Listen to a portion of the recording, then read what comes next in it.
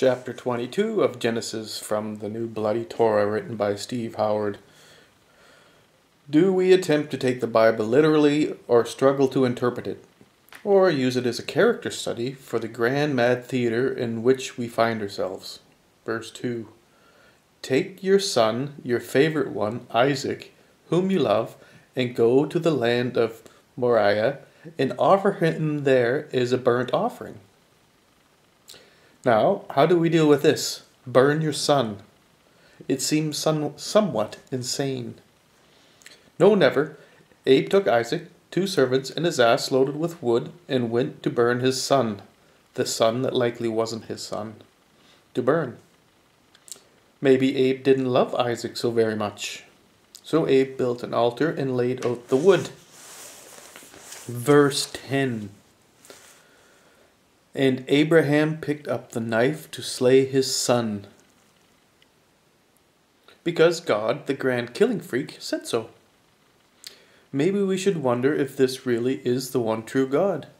Maybe it is a mental indisposition, a megalomaniac sickness in the frightened killer ape bumbling about with consciousness. We'll get back to that. The Lord called out to Abe before he plunged the knife into Isaac. Verse 12. Do not raise your hand against the boy or do anything to him. Now that the Lord knew Abe feared God and would do as he was told, no matter how mad, like a soldier that is told to shoot women and children and drop bombs on them, so Abe burnt a ram instead. And God blessed him. Verse 17, I will bestow my blessing upon you and make your descendants as numerous as the stars of heaven and the sands of the seashore, and your descendants shall seize the gates of their foe, everyone. Now, if we are to believe this genocide fairy tale, we are talking one very long family feud. Because they all came from Noah, remember? Abe's brother, Nahor, had 8 sons, one being Bethuel, the father of Rebekah, to make it 12. Nahor also had 4 sons with his concubine. And if anyone wonders why always 12 sons, it has everything to do with astrology. Everything. So that we do not forget that we are in a universe, and that a few thousand years after the stories, we notice that the earth is not alone or without influence. And when the age of darkness comes to an end in the spring of 2009, in our present calendar, we can overcome our madness and awaken.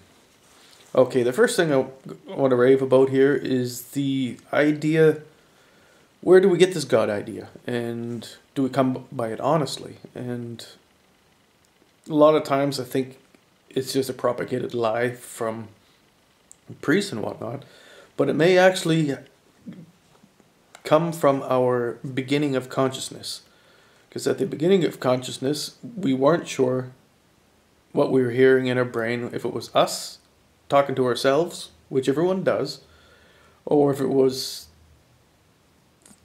some greater being in our heads talking to ourselves, if you know what I'm saying. So it might be that the beginning of getting used to our brain was such an overload for us that we figured it was God talking to us. Now, there might be something in that. The other point is, I think you have to admit that it's madness to sacrifice your son on an altar to burn him. I mean, this is very, it's naive. No, it's madness. How would you describe it? I mean, if someone was to sacrifice their son on an altar today, they would be, hopefully, put in an insane asylum with chains around their legs so they couldn't get out and do it again. But hopefully, we can put those kind of people away before they do it. But unfortunately, you can't put everybody in jail who's insane, because you wouldn't have enough jails. So we got to figure out how to put religion behind us. And they do go behind us. Everything changes. this religion is the Torah. Some like to say it's 4,000 years old. Most people think it's not even 3,000 years old. And it doesn't prove anything. It's just a story. Altars, building altars, burning animals and sacrificing children. It's not a very sane thing. And cutting off foreskins, there's no logic in that.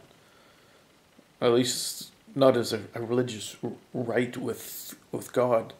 God says you can have as many descendants as the stars, as long as you cut off your foreskin. Now, for this to be true, of course we got a problem with Abraham not being the father of Isaac. But even if we would say that the Hebrews, or the human beings might have, I mean, we're all related, we're all very closely related, so we're all one family. Not because we all come from Noah, but as many descendants as the stars would be.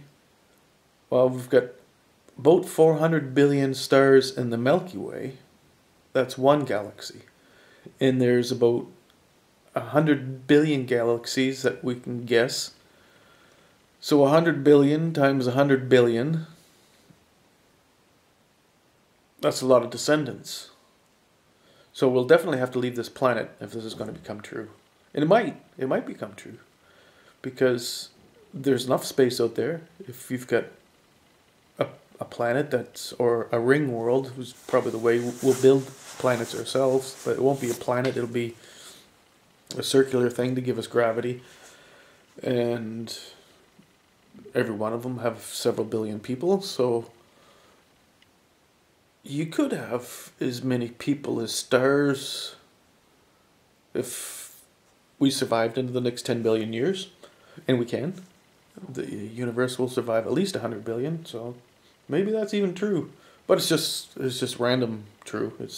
And besides, it's like an exaggeration when you say that somebody's 400 years old. It doesn't mean that they're actually 400 years old. It just means they're old. That's what the fairies always said.